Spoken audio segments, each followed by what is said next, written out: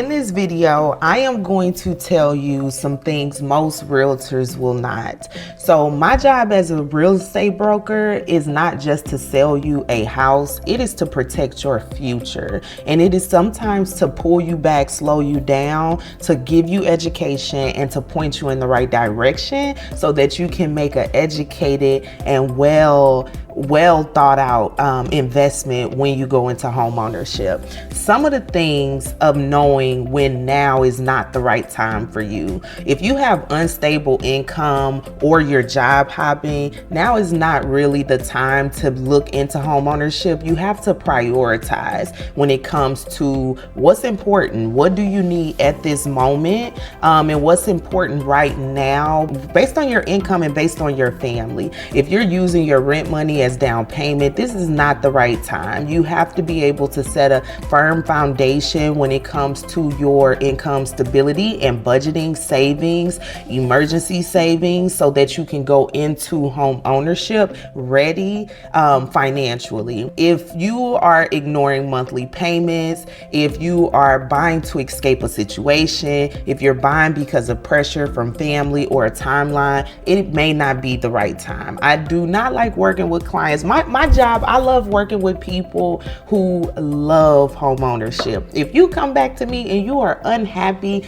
that is not my goal. My goal is to get you in stable ownership, in the home ownership that is a good investment that you will see later on down the line and that you will absolutely love. And if you have not done the foundational work of your income and finances, you may not be happy in home ownership, and that is not the goal. So some things of knowing when to walk away from a house. If the payment stretches you, like, we don't want to be house poor. Like, we're not doing that in 2026. So if the payment stretches your peace, please walk away. If you feel rushed to decide, please walk away.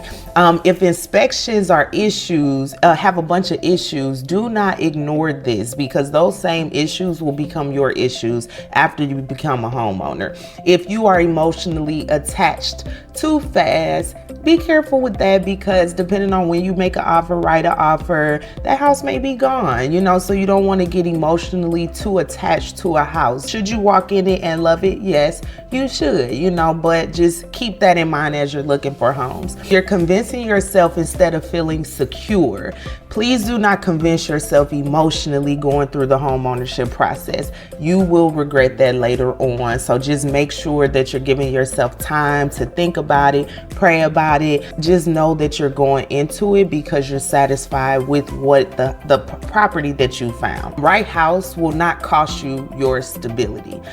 We're going to talk about being pre-approved versus actually ready.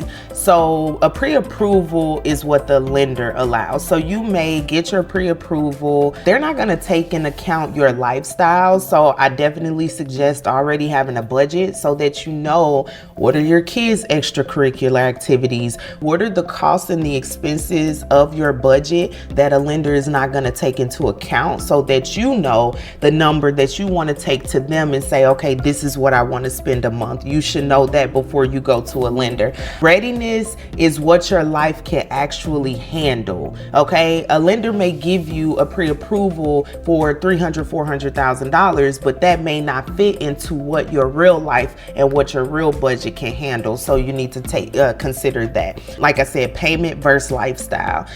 Your debt, maintenance, utilities, and repairs. All of that needs to be considered as well when you're going into home ownership. Banks are going to measure risk to protect them, not stress. Okay, so you need to know with your financial situation what is going to create tension and stress for you when it comes to your mortgage payments. They're not going to think about that. They're going to think about, can this person pay me? What is their history of repayment? Is this a high risk, or can we trust that we will get our money back from that person? Okay, so make sure you know what your financial situations look like. These are some reasons why buyers stay stuck for years. So waiting for perfect timing, avoiding to plan accordingly, focusing only on your credit score is why you can stay stuck. Fear of hearing the truth, information from social media instead of strategy, starting and stopping repeatedly. Clarity moves people forward faster than motivation. Clarity moves people forward faster than motivation. So I want to be able to teach you what you need to know to be educated so that you gain the tools that you need to be successful beyond receiving your keys, just in home ownership and ownership in general. I'd rather you delay the process than for you to go into the process and then hurt because of the process. Like, the goal is for you to be happy at the end of all of this. The goal is stability in home ownership. The goal is stability overall, okay? Not just keys, like I said earlier. The right timing protects your peace. So don't feel you are exactly where you're supposed to be. You know, don't feel like you're too late. Don't feel like you should have bought a house 10 years ago. Like, you are exactly where you are today.